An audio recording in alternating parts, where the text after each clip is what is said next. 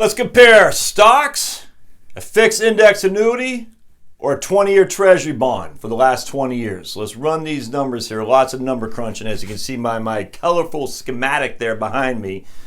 We're going to crunch these here because I'm very interested in some of the purveyors of these indexed annuities in some capacity that also flow for indexed universal life insurance as well.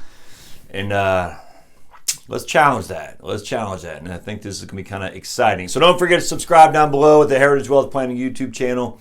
And as always, you like what you see, thumbs up, comments. If you want to donate, put a PayPal thing up there in the show notes. You can donate as well if you get any value out of this. But just reading some various websites about the purveyors of indexed annuities, let me just give you some background. So if you're a FINRA licensed investment rep, a Series 7, a Series 6, I guess a Series 65, I'm not exactly sure there. But if you're a Series 7 and you're affiliated with FINRA is a financial investment industry, I don't even know what financial, I don't know. But FINRA is kind of like the police that make sure that licensed investment reps don't act stupid. It's way over the top. In fact, if you say it's cloudy tomorrow, they'll say, oh, you can't say that. So compliance, there's a huge compliance, a burgeoning, if that's the right word, compliance component to investment advisors, which is why I don't see any on YouTube, because they just can't. It's just, don't even get me started. But anyway, so if you're an investment rep, you just can't say what this stuff. And so a lot of investment reps, they don't affiliate with FINRA anymore. They become registered investment advisors, which is a Series 65, and I don't know how that solely fits into their regulatory environment. I don't know, but again, you're not going to see any investment rep out there saying this will outperform, that will outperform. I don't know how the guys from Motley Fool and stuff, I don't know how that works, but you won't see an investment rep who has a Series 6, 63, 65, I guess, or a 6 say this is blah, blah, blah. They're just not going to see it happening because they'll get compliant, will ding them. On the insurance side, it's just a whole lot different. This is what's odd. And I don't have a problem with it because I like less regulation, frankly. But on the insurance side, each state regulates what their insurance agents can say. And so there's some regulatory issues there, but some states are more lenient than others. New York, as I said before, is very strict. Other states are very lenient. So insurance guys, they get a whole lot more wide berth on how to say stuff, which is why you see a whole lot more of them on YouTube, just because they can. The problem is that with insurance and investments being commingled, what happened in the 80s when they started having universal life insurance that were matched to investment products, the insurance industry went from just pure plain guarantees on whole life, where you could simply say, we guarantee this. This we guarantee. If you do your part, Mr. Customer, you know for a fact you will have this after a certain amount of time. That was no problem. But then they started commingling, and so now you got a lot of insurance guys who are regulated as if they're still insurance guys, but talking of products that are essentially investment products, even though they're not licensed per se, because these investment products are structured or they're not securities. The whole thing is just convoluted. It's weird, actually. So a lot of the insurance agents can say stuff that a lot of the investment guys can't. And so because of that, there's a wide berth and some latitude on what they say, which they shouldn't be saying. Like I was telling an example on the Advisor Perspective article, they had insurance guys saying X will definitely outperform Y over the next 10 years. And no investment guy would ever get away with saying that, and they shouldn't, because we don't know. And I held this guy, I said, you can't say that. X will definitely outperform Y. It just can't. You can't say, you don't know. And then he even insinuated, but he said, and probably X will outperform Z over the next 10 years. And again, you can't say that. But be it as it may, insurance guys have a whole wide berth where investment guys don't, which is why just a dearth of good investment strategies on YouTube, because investment guys, they just can't, which again boggles the flipping mind. We're not helping the general population by making people silent. You compliance officers out there, pull your head out of your butt and stand firm and say, look, is this truly an endorsement of an investment? If it is, police that crap up. I got no problem with that. If it's not, then allow it to go through. If it's just a strategy on Roth IRA conversions, that is not an investment endorsement. All right, wait. So what we're going to do here today. Sorry for that long-winded intro, but it's important to understand where we're coming from. What we're going to do today is we're going to compare the S&P 500 with dividends reinvested, to a Pac Life index annuity that I just pulled off of MediaAnnuities.com. I forgot what the website was, but a Pac Life, let me move that, Pac Life indexed annuity, and I'll dive into that a little bit deeper in a different episode here just to give you what actually happens here. And I'm giving you what it says, but I'll dive into a little bit more specifics later here, versus a 20-year Treasury bond. All right, so we have guarantees. We have guarantees by an insurance company, and we have no guarantees. All right, so in of itself, we know the S&P 500 should outperform over 20 years just because it's stocks. I'm like, for heaven's sake, this isn't rocket science here. We know that should happen. Where the index annuities come in, they say, we'll give you some of the market upside with no risk to your loss other than the ability of the insurance company to stay in business. And we know for a fact the 20-year Treasury bond is a risk-free investment because it's guaranteed by the federal government. It's not guaranteed by FDIC. It's not guaranteed by SIPC. It's guaranteed by the feds. They are obligated to pay it back. There's no less risk of the federal, or more risk, or less risk. There's risk-free investments are federal government bonds, which is what this is. So we're comparing the three. And the synopsis is here, when it comes to these fixed index annuities, we'll give you the upside of the market with downside risk protection. That's ultimately what it comes to be. I mean, literally, the sales literature is market-like performance with downside risk protection.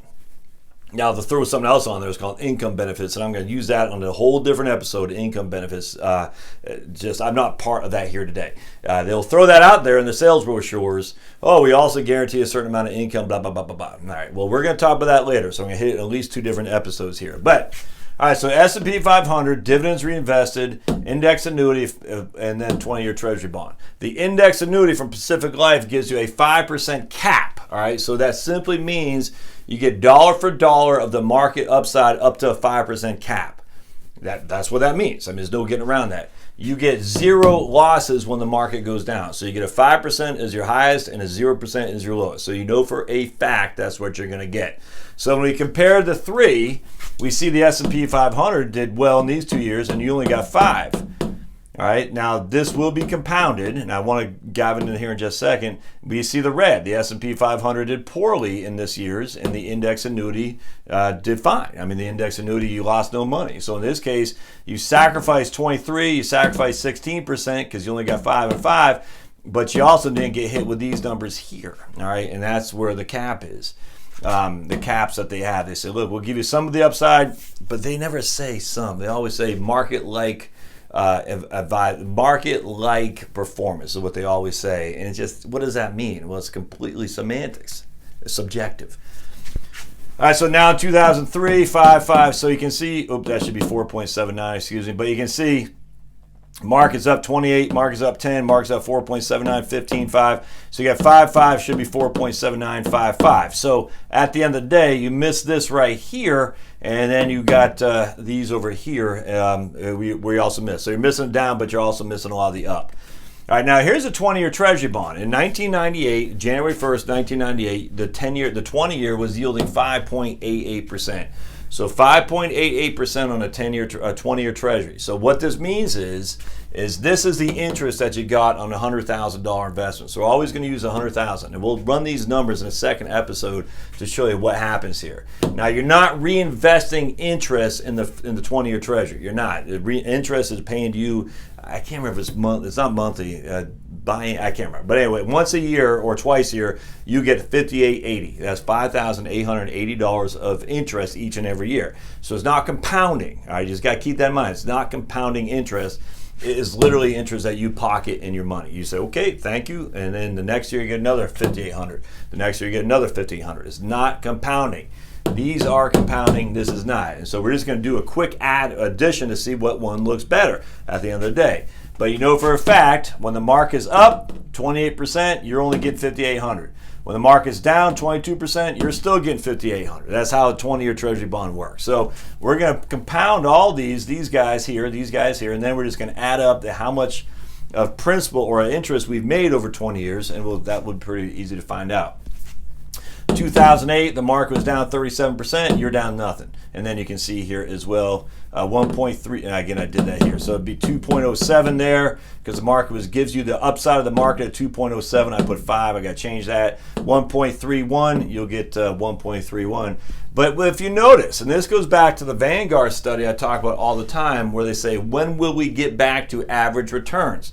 Well, if the average return is 10, notice, no 10, no 10, no 10, no 10, no 10, no 10, no, there's 1, no 10, no 10, no 10, no 10, no 10, no 10, no 10, no 10, no 10, no 10, no 10, and close, and that's it. So over 20 years, we've had basically 1 year of 10 and 1 year close. And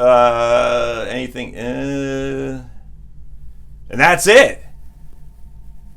Yeah, that's it. So we've had, in 20 years, we've had 1 year of average returns and 1 year close to average. And close to average here is still 20% above. And so that's the whole issue when people say, hey, I want to get average like market, average like returns. Well, I'm telling you, man, if you're capping your upside, this is the problem with these annuities. If you're capping the upside to avoid the downside, and the upside happens more often than the down, which historically has happened, and the upside doesn't just happen 10% on the upside happens 28, 15, 14, much more on the upside. And that's the issue. When you're capping that, you're missing out on significant upside. Yes, you are missing out on significant down as well, but because you're missing out on the significant upside, I'm telling you, I haven't run the numbers yet. Well, I'll do it next time, and I'll show you what the net result is. And it's not going to be pretty. It's not.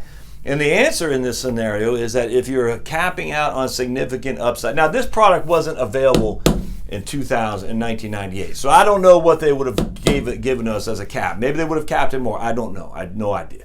But using the cap today compared to a 20-year Treasury bond, in fact, I might even say let's compare it to a 20-year Treasury bond that's paying today. That might be a better scenario because then you say, oh, you're cherry picking. I'm literally not cherry picking because this was not out there at that point, at least I'm aware of.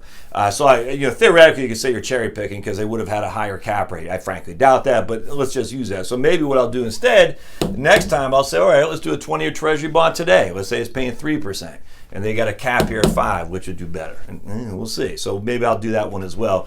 But at the end of the day, when you're capping it at 5, and you're saying I want to get, the market averages, 8, 9, 10, whatever it is, and you're saying I'll get half or a 3/4 of the average. Well, you're not getting 3/4 of the average because the average is significantly higher on any year, and that's where the compounding comes in. And if you're capping that, you're just slicing off. I mean, I'm 5'9", so you're probably saying I'm going to slice off from my big old head to my knees, and that's what I'm left with. All right, I mean, I'm left with a third of the rest of the market. My contention is if you're going to do that, just buy Treasury bonds.